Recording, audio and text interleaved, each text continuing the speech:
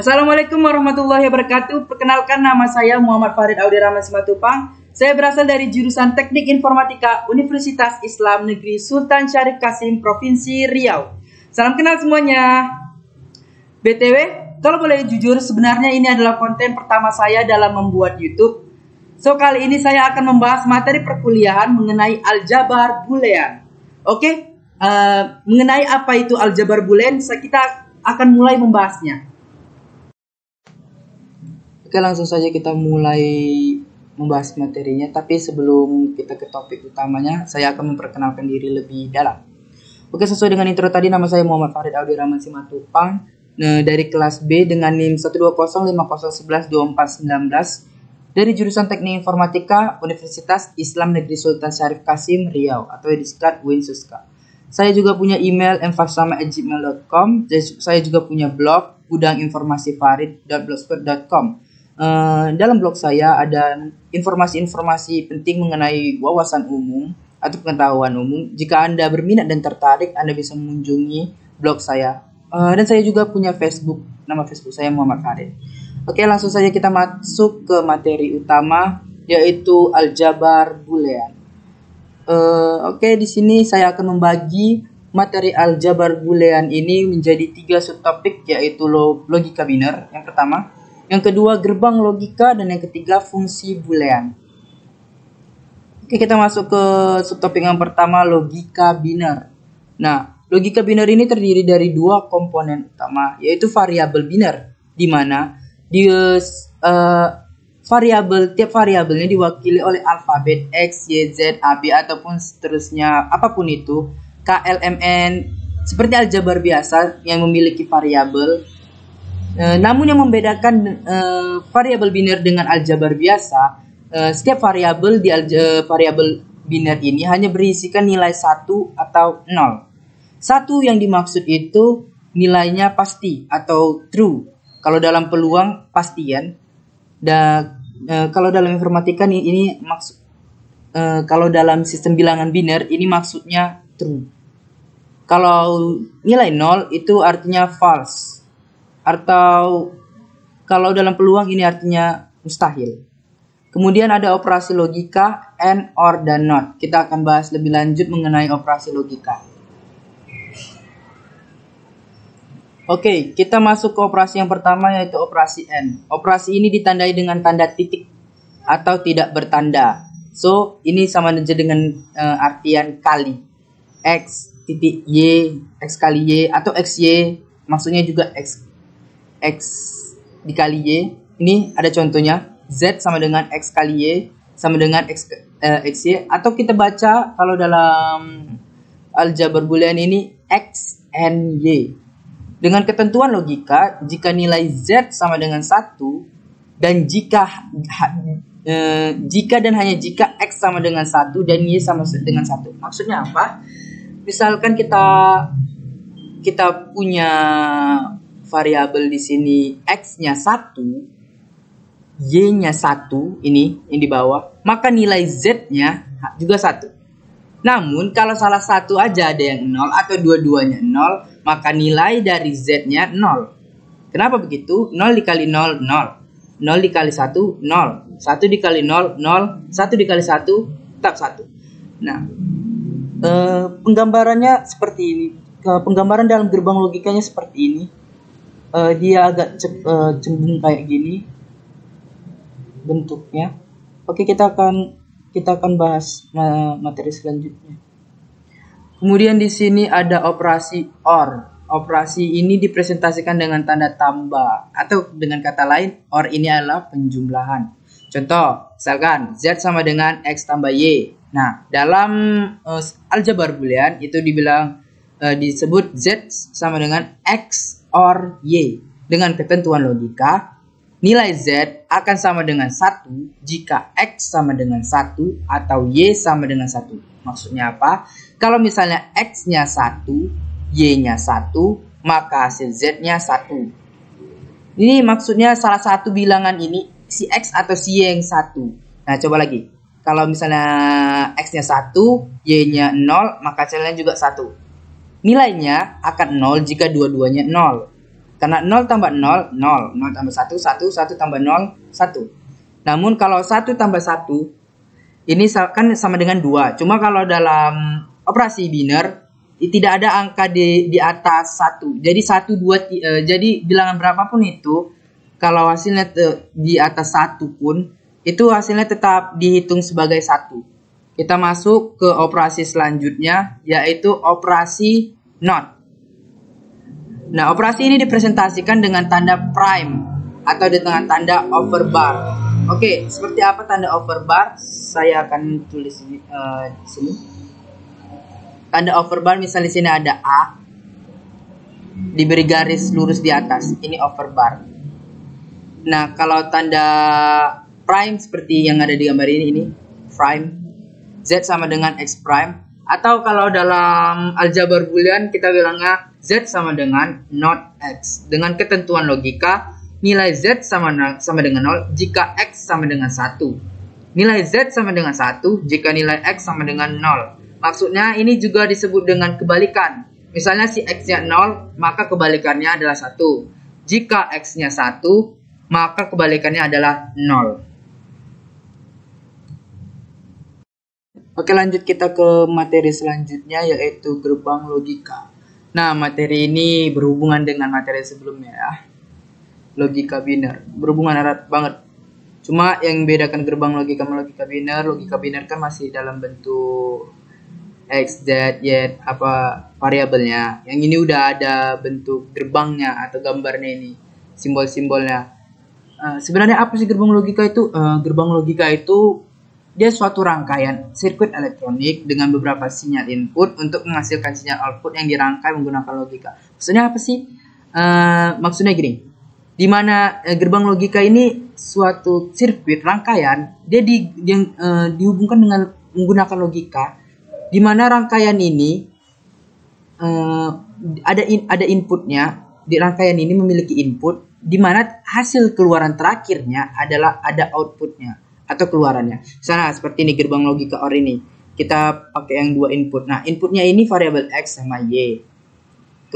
Kalau dirangkai dalam satu rangkaian gambar ini, dirangkai dalam bentuk gerbang yang seperti ini, itu akan menghasilkan output dengan fungsi Z sama dengan X OR Y atau X tambah Y.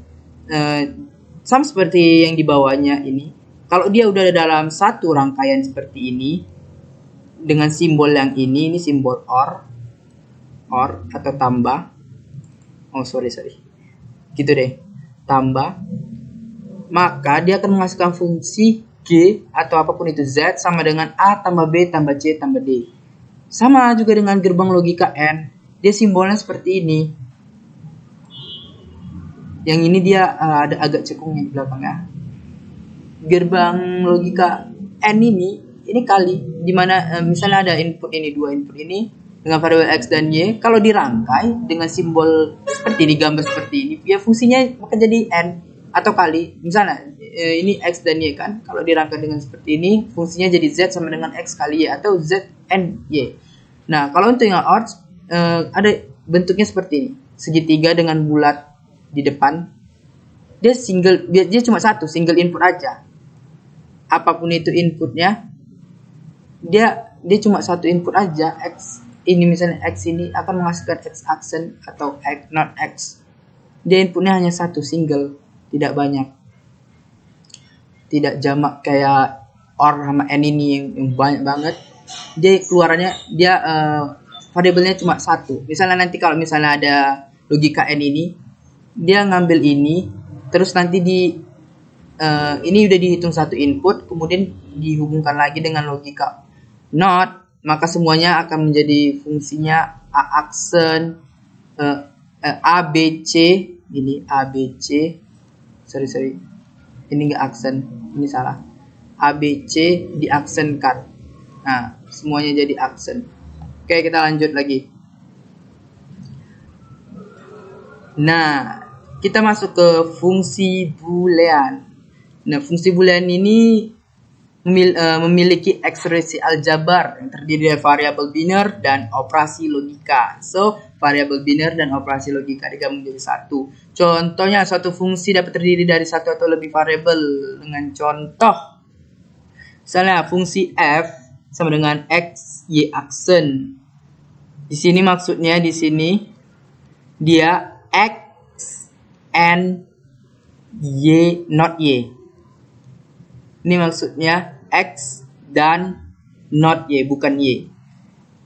Nah, kemudian di sini setiap fungsi mempunyai representasi tabel kebenaran dan rangkaian gerbang logika. Untuk lebih dalam kita lanjut materinya.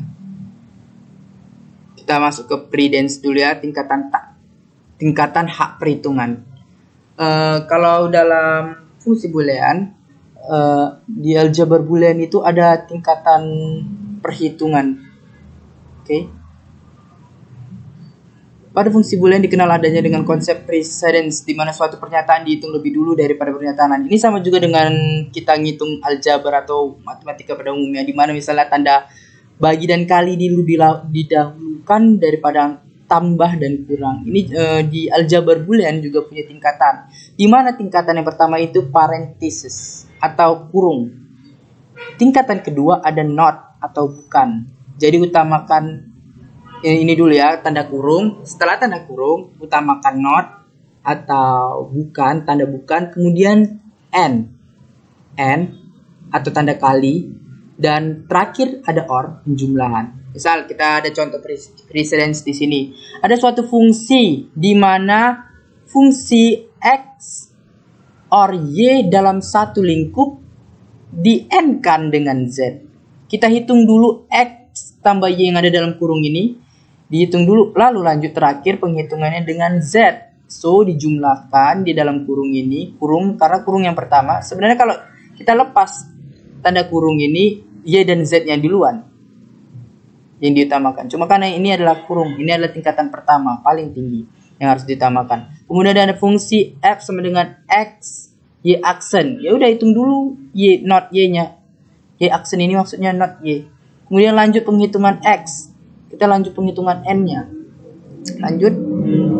Nah, di sini ada tabel kebenaran dan rangkaian logic gate. Yang ini 2 variabel, yang ini 3 variabel.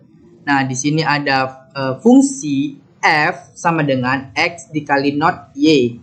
Nah, di sini kan kita tahu kan yang diutamakan ini not dulu. Ya udah, ini dulu yang kita utamakan. Kemudian masuk not y-nya ini dikalikan di n. Ini kali. Loh, ini kenapa sendiri di sini? Ini udah satu. Ini dua input. Ini sebenarnya 2 input. Cuma ini dulu prosesnya kan ini dulu not. Kemudian ini menjadi input baru. Dan input baru ini bersamaan dengan input yang x dikalikan dan akan menghasilkan fungsi x kali y aksen. Sama dengan 3 variabel x, y aksen, z. Ya utamakan dulu ini y-nya jadi y aksen, yang not-nya ini. Sebenarnya yang 3 ini barangan.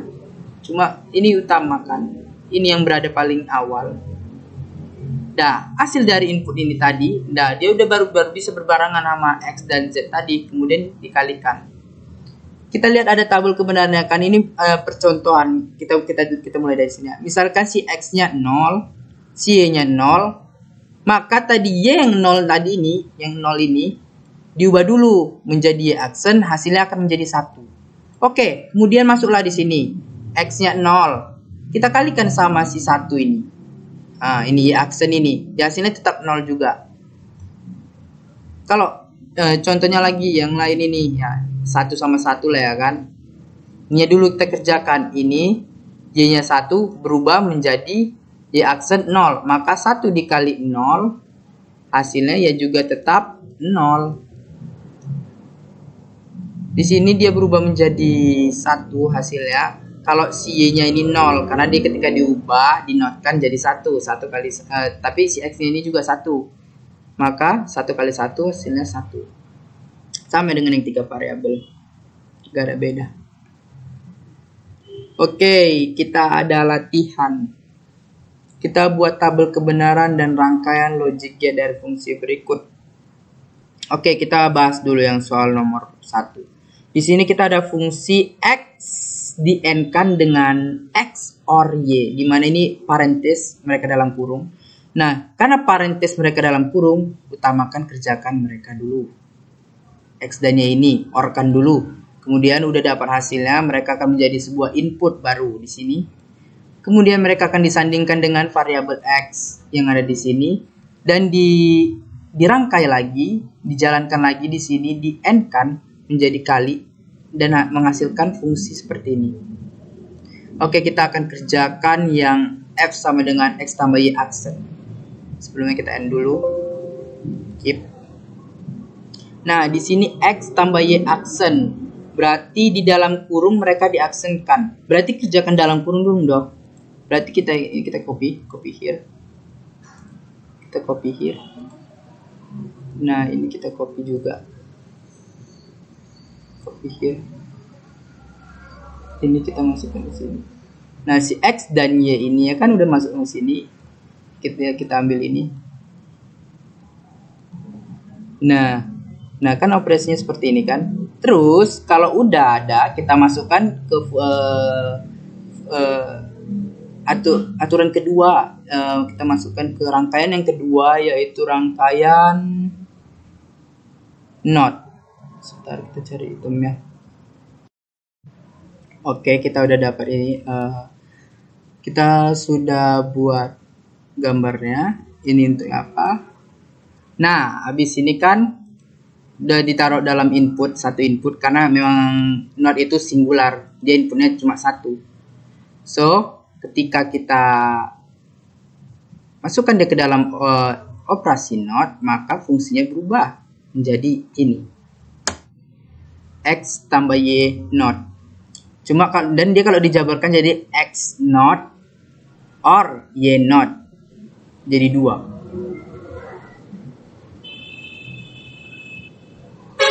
Oke, kita langsung masuk lagi. Kita tadi sudah membahas ini. Kita lanjut ke pembahasan fungsi yang ketiga, x aksen, y aksen. Oke. Yang ketiga, tunggu kita end dulu. Kita kerjakan yang ini ada 2. Ini ada 2 nilai, 2 input, di mana masing-masingnya dinotkan. Masing-masing variabel itu adalah satu input not, x not dan y not. Maka di sini ada 2 buah not.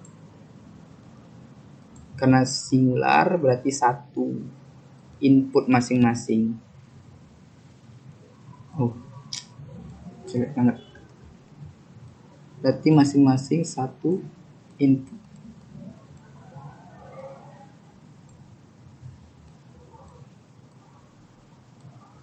Oke, setelah keduanya sudah ada dalam satu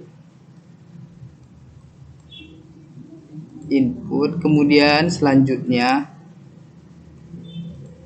keduanya menjadi variabel baru.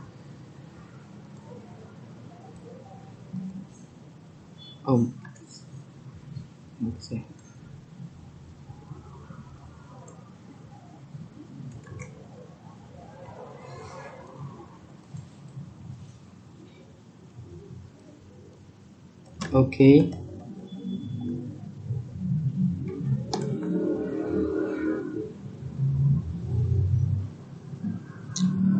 Apa loading?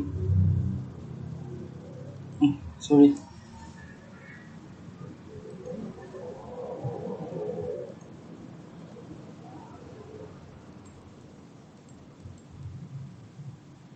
Nah, jadi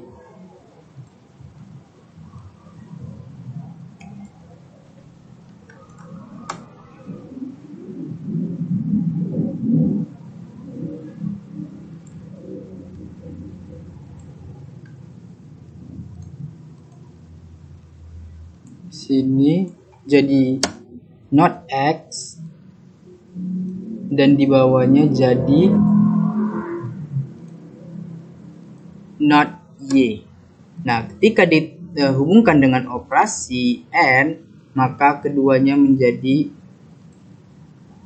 satu operasi, yaitu x0 and y0. Oke, kita lanjut lagi karena sudah dikerjakan 3 soal. Kita lanjut ke hukum pada aljabar boolean. Nah, kita bisa lihat di layar seperti ini. Ada banyak hukum yang ada di aljabar boolean. Di sini ada 10. Yang pertama hukum asosiatif. Ini sama aja dengan aljabar biasa, cuma yang beda pasti di sini. Asosiatif ini hukumnya bisa dilihat. Ini udah pada tahu lah ya, asosiatif, komutatif, dan distributif.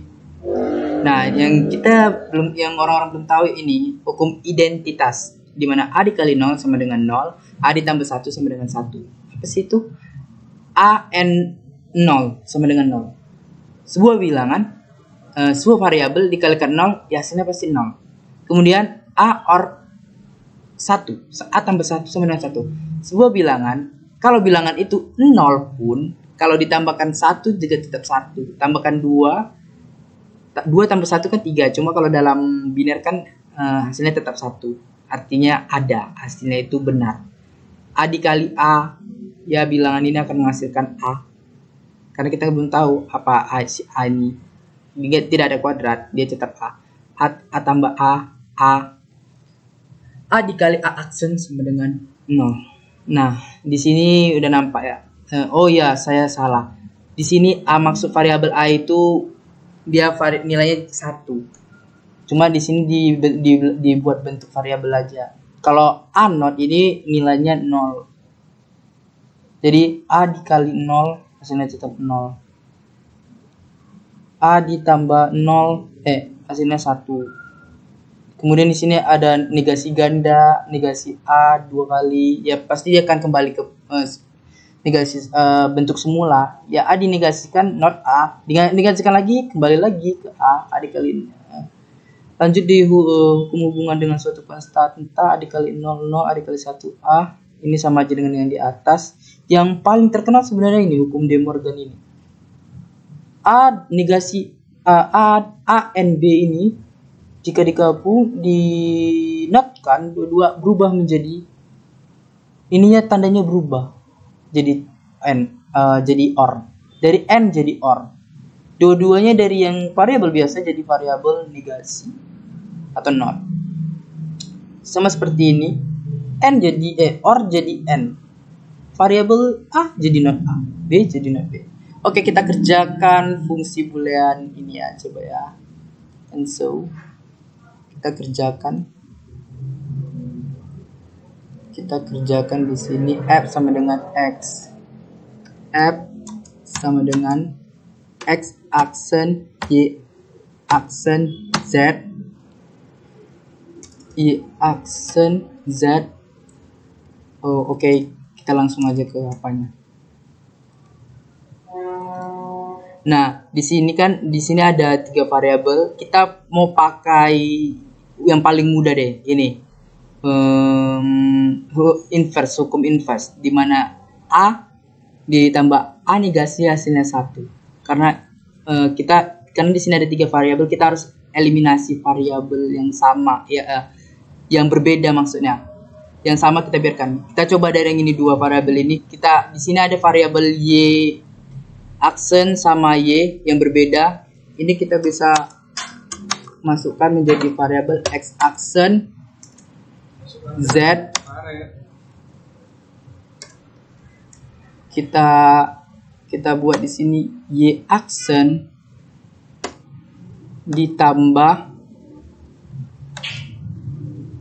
y, kemudian di sini kita tambahkan xy aksen.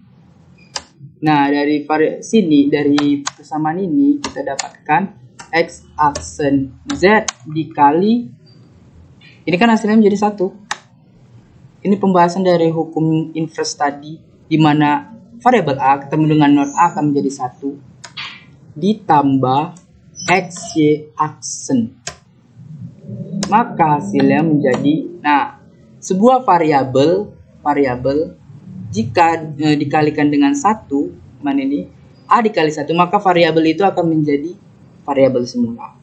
So, ini hasilnya adalah X aksen Z ditambah XY aksen. Nah, inilah bentuk sederhananya.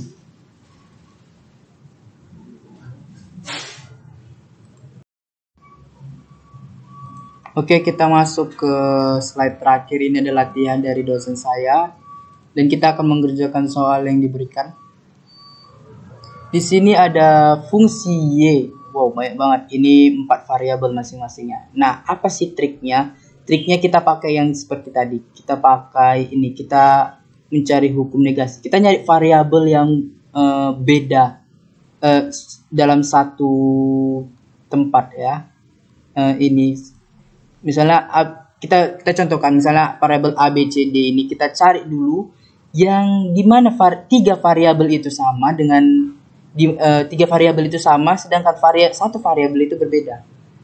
So kita dapatkan ini format ini untuk A, B, C, D ini bisa kita hubungkan dengan yang ini. Ini yang pertama. So, kita taruh dulu deretnya di sini, kita urutkan. A, B, C, D, aksen tambah A, B, C, D. So, kalau kita kerjakan di sini kita buat apa baru? Kita kerjakan di sini.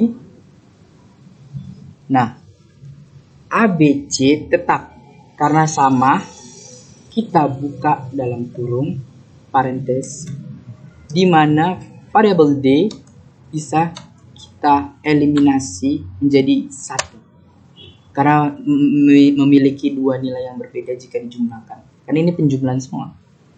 So, kita lanjut next.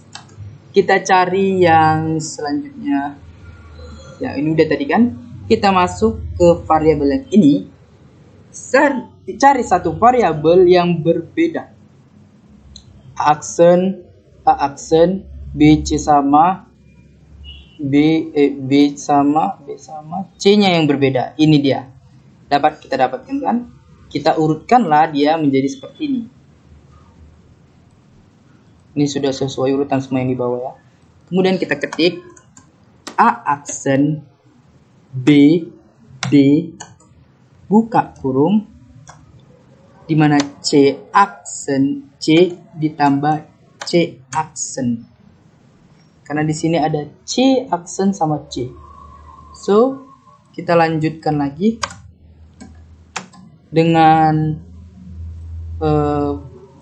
variabel ketiga yang menteri ini A, B, C, D. A, B, C aksen, D aksen. So, kita berarti cuma 1 dong tersisa yang ini. A aksen, B kita lihat dulu ya. A-nya berbeda, A aksen. B-nya sama, C aksen sama, D aksen sama. So, kita urutkan ini di ujung terakhir. So, kalau kita tulis bentuknya jadi seperti ini. A, B, C aksen D ditambah salah. B, C aksen, D aksen, A tambah A aksen. So, kalau kita dapatkan di sini fungsinya menjadi ini. Ini menjadi 1. Ini menjadi 1.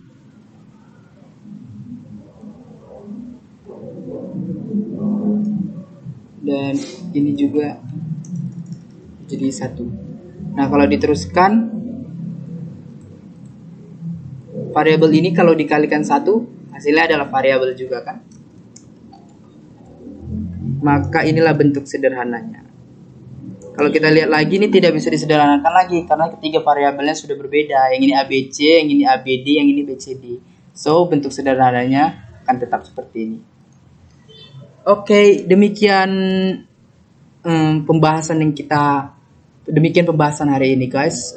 So saya mengucapkan banyak terima kasih bagi Anda semua yang menonton konten saya. Semoga bermanfaat dan tentu saja tidak membuat kalian boring. Saya harap ini dapat membantu kalian dalam mengerjakan soal-soal kuliah yang membahas materi mengenai aljabar boolean ini. So saya ucapkan terima kasih, saya akhiri wabillahi taufiq wal hidayah. Assalamualaikum warahmatullahi wabarakatuh. Thank you.